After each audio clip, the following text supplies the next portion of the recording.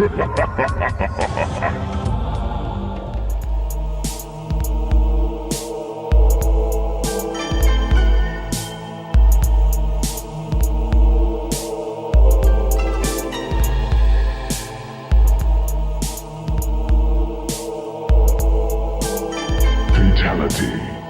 here it is, the Mortal Kombat 4 arcade game. A little backstory really quick. If you know anything about this game as far as MAME goes, MAME cannot really run this properly unless you have a super high-end computer. Even then, the graphics are a little wonky. Like, you can actually see through the characters in some cases. It's like they haven't fully figured it all out yet. I think it's considered a working ROM, but it's still not great. And you probably need a Core i7, a high-end Core i7 to run it. I'm not going to spend that kind of money when I could just have the real arcade board. I probably made it way too hard for you guys to guess this. I don't know what I was thinking. I don't know why anybody would guess this cabinet, but some of you did guess it from following me on social media or actually seeing the YouTube channel postings I can do. I'm going to post all the names here. I know one off the top of my head was Retro Ralph, and I think the reason Retro Ralph knew exactly what this board was is because he helped Daniel over FaceTime hook all this stuff up since Daniel didn't know what he was doing. So in a way, I gotta thank Ralph for helping me get this cabinet too. I'm sure a lot of you guys are like, this is it? Why'd you buy this thing? I don't know what it is about this game. I love this game. I think it's the gameplay. I love it all the way down to all of its quirky flaws. It's got some weird graphic glitches. You know, it's kind of like, it's very much new technology for the time. But the gameplay is very fast. It's a lot of fun. I can play with almost every single character. The combo system's pretty easy to learn, so it's not like each character has their own combos. You can just add in their special moves to the combos. I've always loved that about this game, and part of the reason I think I like it so much is it was almost when I got back into arcades. So in the early 90s, I was a young kid. I was going to arcades all the time. This was all I wanted to do, was go play all these great games. After 1996, I was a teenager, and I was no longer that interested in these. I was looking for chicks. They weren't really looking for me. I had to go find them, apparently. Even then, it was kind of tough. You suck. You know how it goes if you're a guy, probably. Anyway, so once I had like a steady girlfriend or whatever, you know, you can only take her to the movies so many times, right? So I started saying, hey, I know what you ladies love. Let's all go to the arcade.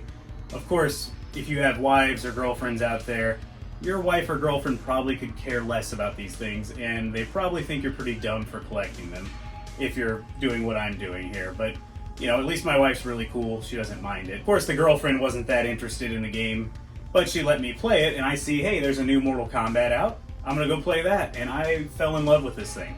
It was like going back into the arcades for the first time again and just really feeling the excitement I felt when I was a kid again. I've always wanted this game. It was the whole reason I modded my Mortal Kombat 2 cabinet right when I got it, put a PC inside of it. I ultimately wanted Mortal Kombat 4 the most, and then I installed Mortal Kombat 4 for the PC. As many of you know, that one has definitely been lowered in quality as far as graphics go.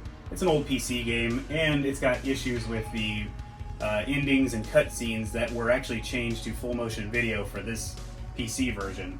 So the sound doesn't play properly. I don't know, I never was very satisfied with it, but I figured it would get me by. So when I talked about Mortal Kombat 4 on the channel, Daniel, who is a friend of mine that I met from the channel, was talking to me about it, and he said he wants to build the real thing.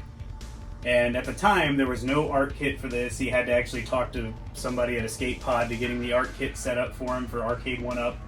And he also got this custom-made, I believe it was a custom-made control panel that looks exactly like the real arcade. I mean, whoever did this did a hell of a job. That was a perfect transformation. I'd say it's more perfect than even, obviously, than my Killer Instinct, or even, probably even looks better than the Mortal Kombat 2, really. He did all this work on this thing. I got to watch the progress. He would send me messages, texts, and all that, and show me how it was going. I was so jealous I couldn't stand it. I was thinking, one day I'm going to build one of these for myself. But the board on eBay costs about $300 to $500, not to mention you have to buy a converter board to get the monitor to work with one of these new style monitors. There were so many little things that had to be done. I thought it was probably not going to happen, at least for a long time. But then I looked on one of the Facebook groups and saw Daniel was trying to sell this cabinet along with several of his other modded cabinets, which you will see in a later video coming up really soon. I took a video of a lot of his cabinets. He was selling this one for $800, and I wanted it so bad. If you factor in how much a new cabinet would cost, this was a Mortal Kombat 2 cabinet when he picked it up. All the new parts, including a hap joystick and button set. It's got, of course, the real board, which cost him several $100s. This thing was a hell of a deal at even $800. Unfortunately, I didn't have $800 laying around. It's Christmas time.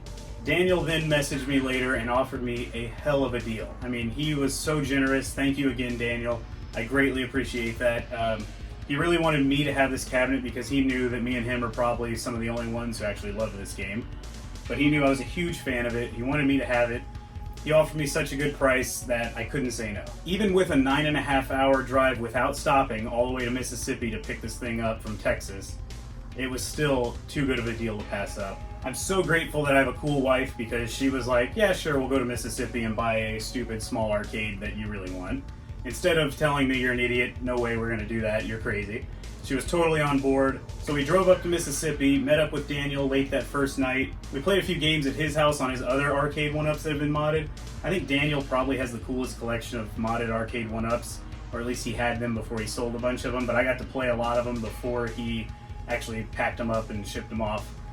I will have a video coming up. Probably the next video that comes out will be just a quick one of Daniel's arcades. It's a really cool setup he had. I really wish I could have bought all of them.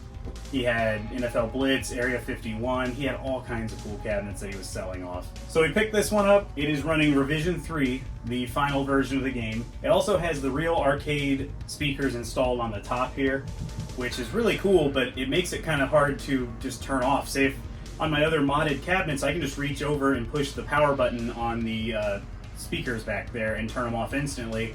On this one, I actually have to go into the menu here, manually go to volume adjust, and right now it's actually at 0 because I'm doing this video and the attract mode is actually pretty noisy. These things get extremely loud, by the way. I don't know if you'll be able to tell from this video, but here we go.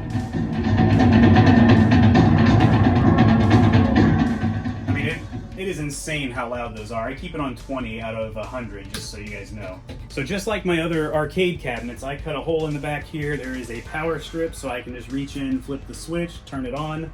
But as you can see, it just does the normal startup test. You'll hear the classic Midway bong sound it used to do when the sound system gets tested. There it is. And then the game just goes right into it. And for some reason, I just nerd out knowing that it's a real arcade board. I don't know why. It's really cool. I know a lot of people gave me crap about the condition of the inside of it. I didn't set all that up. I'm not personally ready to dive in there and start unhooking everything just to make the cables look nice.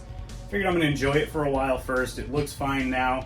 You can't see the mess. I know it bothers some of you guys. I'm also the same way usually, but I just want this thing to work. So I'm just gonna mainly leave it alone for now. I did add a fan in there just to blow on the board or keep the air moving around, but it's good to go. I'm very happy with this thing. There will be a playthrough video from this cabinet coming soon. I'll probably do a couple more videos on it down the line. And I'm also gonna probably review the new Arcade Game Factory marquee. He's got a new design. These old designs here have been changed.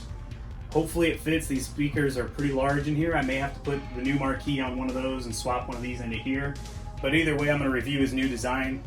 It looks like he's got a bar on the back that actually shoots the light straight through the back of the marquee, so that's going to be interesting to check out. That's it for now. Thank you guys so much for watching, and for now, I'm going to go play Mortal Kombat 4. Outstanding. Scorpion. Choose your destiny.